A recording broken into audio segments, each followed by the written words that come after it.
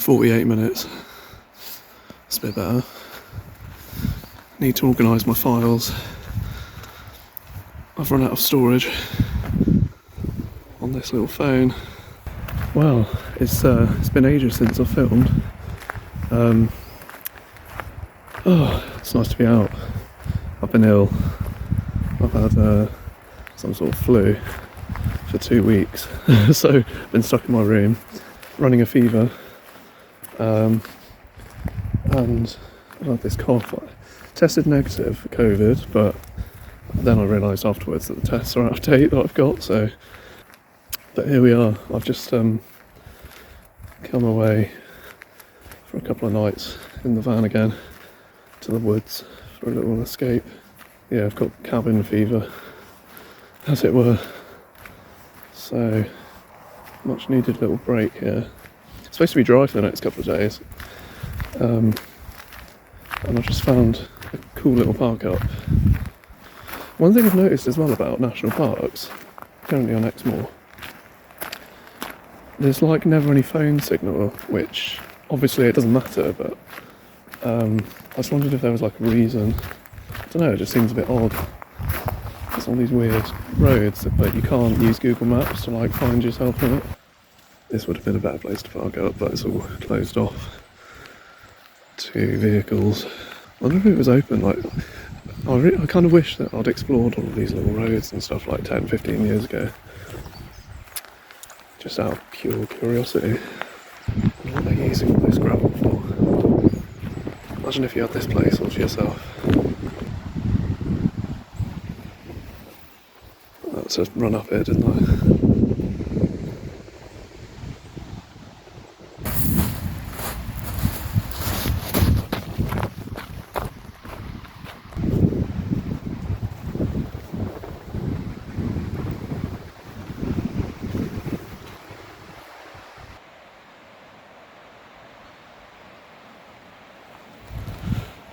Oh, there's another uprooted tree here.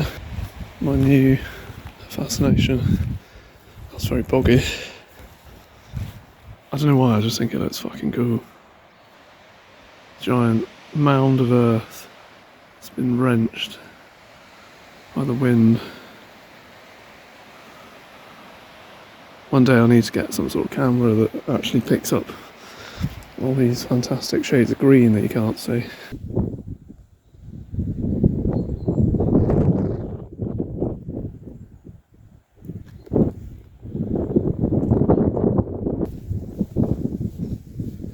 Just love these like weird, these sort of secluded footpaths into the forest.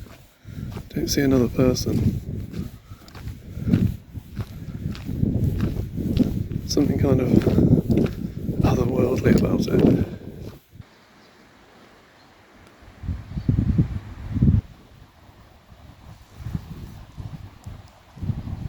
I mean, I'm pretty much just making these like videos for myself these days. I kind of went off on a strange tangent, but I still love making these videos, even if only a handful of people ever watch them, because it's quite cool. It's quite like, I've got to have a creative thing going on.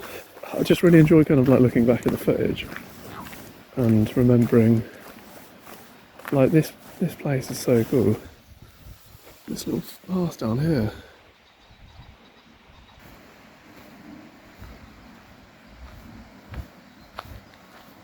Yeah, it's kind of funny actually, because when I went back and checked it, I've actually started losing subscribers already, and I haven't even got to like 40, so yeah, I've definitely made more enemies than friends so far.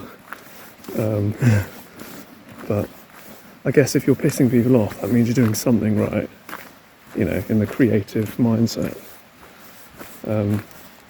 That's how I sleep at night. There's a fly. Oh, there's like a little river down here. Time for a bath.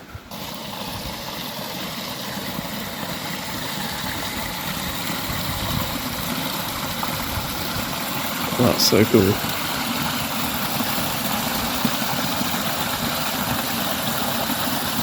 You could have a paddle. It's not quite deep.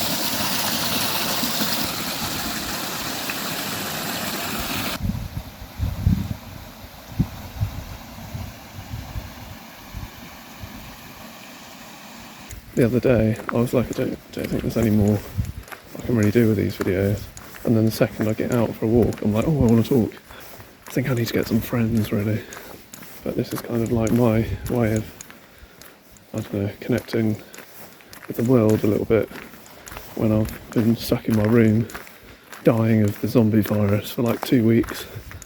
Don't know what the hell that was as well. I mean, honestly, it could have been the flu. I had the flu, I remember I had the flu about 15 years ago.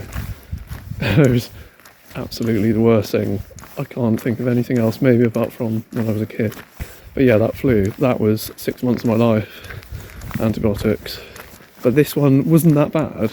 It was, yeah, it wasn't very pleasant. It was like 4 days of high temperature. You know, like, it's like when I'm ill, I want to be ill like it's in the movies. Do you know what I mean? It's like, you know, you're sweating, you're like tossing and turning, you can't sleep. It was really sexy. But anyway, enough of that. Super mossy and steep.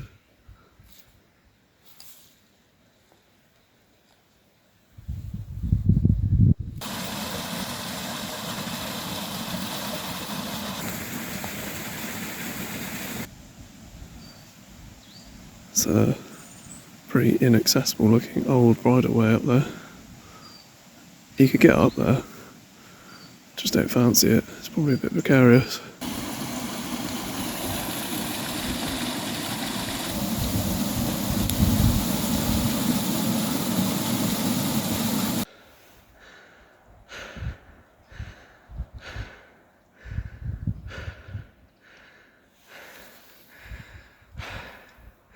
It's definitely an eerie feeling, just because it's so dark. And there's a fallen tree.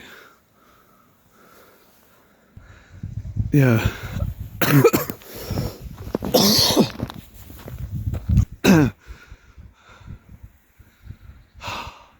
It's a great shot though.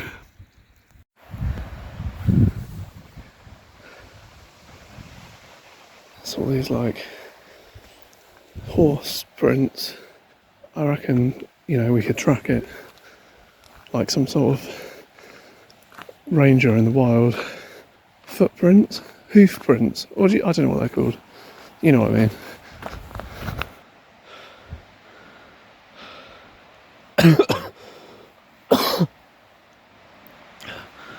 My lungs aren't happy.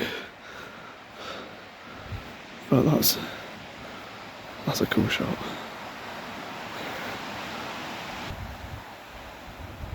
Oh yeah, I forgot. I'm blonde. Although this might appear in another video that I have just not got around to editing. It's already got to the point where I'm probably going to cut it though, because it's so badly damaged. It's like unmanageable. But yeah, just got bored one day. But yeah, I've got the footage to Time Traveller 2, part 2 of the comedy skit. I genuinely didn't think that this place was going to be this picturesque.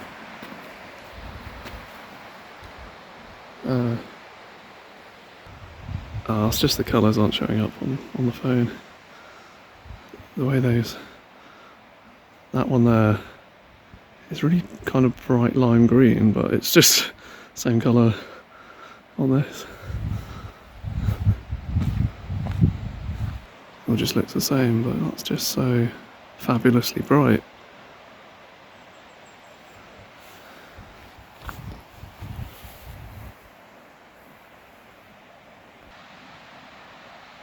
Just can't help myself getting shots every time I come out.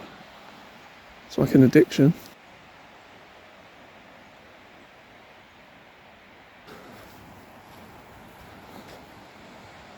I've been reading quite a lot about physics, astronomy, cosmology over the last few weeks. I've just come back out like next to where I'm parked, just by pure chance. It's looking on the... It turns out the sat-nav does work. You just have to kind of have maps loaded already for that like area. That takes us a minute still, but it did work. It's quite overcast, but yeah. should still be able to access space from here. But yeah, talking of space, it's all the distances are so fascinating. Just going to check on my van in a minute, seeing as I've just come out next to it. Yeah, so the observable universe.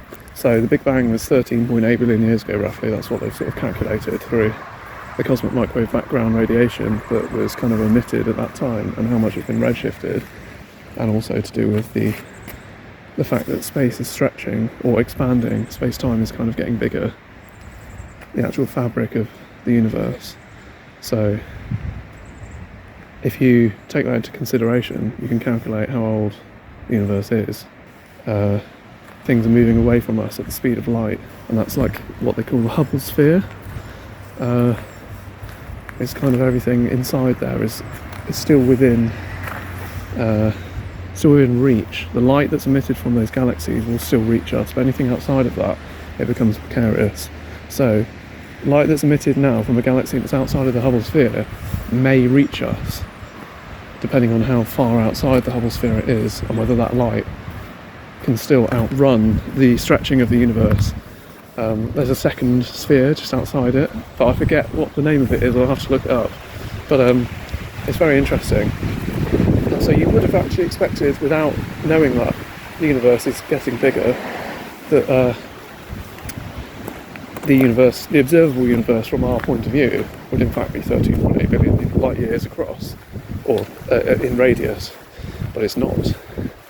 It's 46 billion light years in every direction to light that was emitted from the very, very beginning.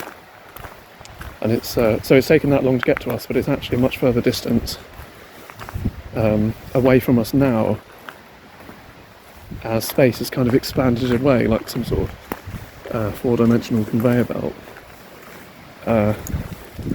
So what's interesting is that we're receiving light, and with telescopes and things, you can see outside the Milky Way, our galaxy, and see other galaxies.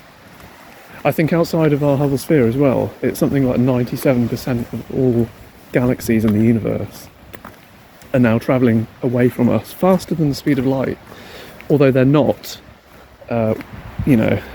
It's the actual kind of field that we're situated in is moving us apart. Nothing is actually moving faster than the speed of light. Obviously the speed of light is the speed limit of the universe. Anyway, I need to do some more. Yeah, I'm going to do some videos on this because it's so interesting. It just kind of blows my mind. I remember when I first read that, I was just like, what? I'm sorry? I don't know what you mean. And then I spent like 2 days just like trying to wrap my head around it. Yeah, it's kind of difficult to visualise. I'm sure when I get around to doing the maths, it will make more sense. Or it will certainly give me a different way of looking at it and visualising it. So I've been watching lectures by Leonard Susskind. I'm not even at that level yet. About Einstein's theory of general relativity and cosmology and stuff, but it's still, I can kind of follow it in between bits of maths. So I'm excited to get to the point where I can actually follow it. Don't know why I didn't hold my camera like that.